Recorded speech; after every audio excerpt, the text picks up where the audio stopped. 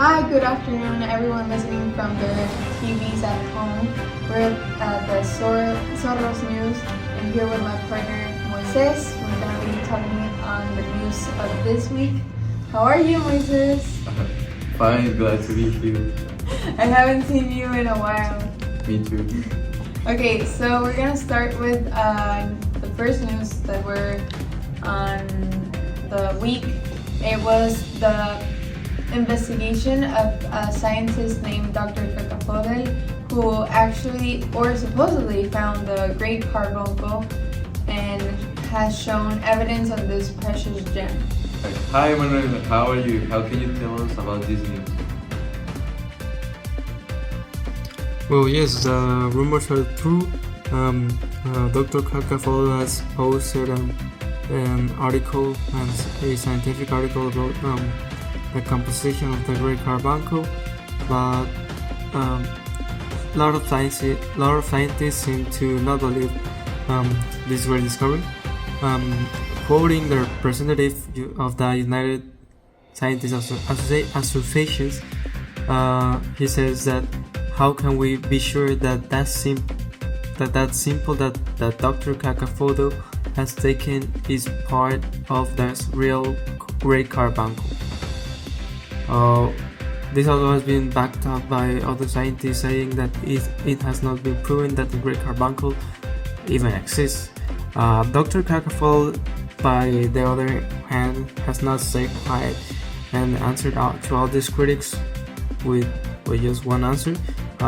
Quoting him, "They are just jealous about my discovery. They need more time to realize the truth. I am also planning to post another article in more detail about the rock." This has divided in the general public opinion into celebrating the scientific success of a myth or to question Dr. Cacafodel's research. This discovery has led some other researchers to start publishing articles about mythical items. As an expert says, quoting, "This is a new wave of fantasy science. For some, Dr. Cacafodel has been a pioneer of this new science called fantasy science, and by others he's called a fraud. The only thing to do is to wait for the Dr. Cacafodel to speak about this topic again or publish his second part of the article, or other scientists to uncover the truth of what some people call this fraud." Thank you. Oh, that's interesting. Yeah, that's actually so interesting. But I think that people should believe the scientific community. At the end, they're showing evidence and they're making all this investigation. So I think people should trust Dr. Cacafodel if he's telling that he found the Great Carbuncle. Okay, now back with another news, another quiz of the Great Carbuncle. How people found it and see that the gem lost its shine mysteriously. So we're gonna see what happened with that.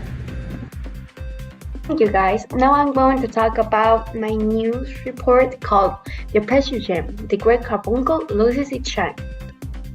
Well, the precious gem named the Great Carbuncle lost its shine after a group of adventurers wanted to take it home. 4 persons in another part of the world who wanted to take the Great Carbuncle out of its place were found guilty of making the gem lose its amazing brightness. After one of the integrants of the group died, another one became blind, and the rest just gave up and made their way back home. This terrible situation started when 2 persons of the group, Matthew and Hannah, heard the news about scientists that found the stone, and they later went on its way to find it after the 2 doctors.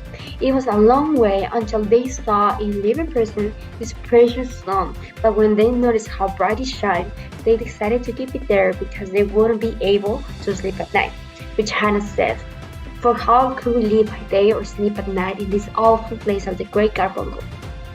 Hannah and Matthew, the married couple who survived this journey, spent hours walking in the mountains trying to help the outlying person called the Cynic walk down the White Mountains, leaving the Great Carbuncle where it belongs. After being back safely, the couple started to share a tale of this unique gem, saying that only the people wise enough to reject such a beautiful zone where the only ones who deserve to see its splendor. But for the people who only wanted it for selfish desires, it will be a notebook zone. The police soon found the adventurous group, or well, the ones that survived, and took them to a hospital to do a fast checkup for the injuries they had. Besides the interview with Hannah and Matthew, the cynic agreed to share his experience. I didn't believe at all that the gem existed. I really thought it was just a simple song. But when I took my spectacles off for the first time in years to see what the doctors shared about this stone, I got blind. After receiving medical treatment, the doctors allowed the injured person to talk to another person who got blind a few weeks ago because of an accident with fireworks. A little girl who heard Matthew and Hannah's tale said that it was becoming famous in her school and that it was a story they would share to everyone, like the one about the wolf who apparently liked to sing. The original tale is boring because it sounds like a mom's story to make the kids feel bad about their actions, but the one is better. The tradition said that Jane was loosened and fell into an enchanted lake. I truly believe that mermaids are looking at its brightness now, said the little girl. There are 3 different versions of the Great Gem. However, the real one is lost with all the news stories about this journey. All we know is that the persons are trying to hold on as they search a dangerous adventure. Back to you guys. And the last news are in some villages around the world that supposedly have seen a kind of revolution, a social and ideological revolution from a small town that supposedly threw rocks to people. So we're gonna see what happened with that. It's kind of a funny story, but yeah, tell us about it, Abba. Due to the different opinions surrounding the way the lottery is celebrated and how the community still keep practicing this kind of tradition, for the future progress of the village, the population decided to end these tragic costumes. This means that it has to be a farewell to a celebration that was part of the identity and culture of the villages. Knowing the impact of this retirement of tradition in some villages, the population expects that the main problem was the new generation of young people interested in renovating the ideas that are not in favor of the community's wealth. Are the new ideas a revolutionary starting point to create better traditions? According to what happened in the morning of June 27th, most of the population was excited to know the new candidate for this year's stone. According to some of the village's people, there were some disruptive events that created tension in the ambience. Some of them, like Mr. Adams, said that over in the North Village they are talking about giving up the lottery. Since this moment, a disgust was created due to the importance of this event to the community, creating spots for people that supported or do not this idea.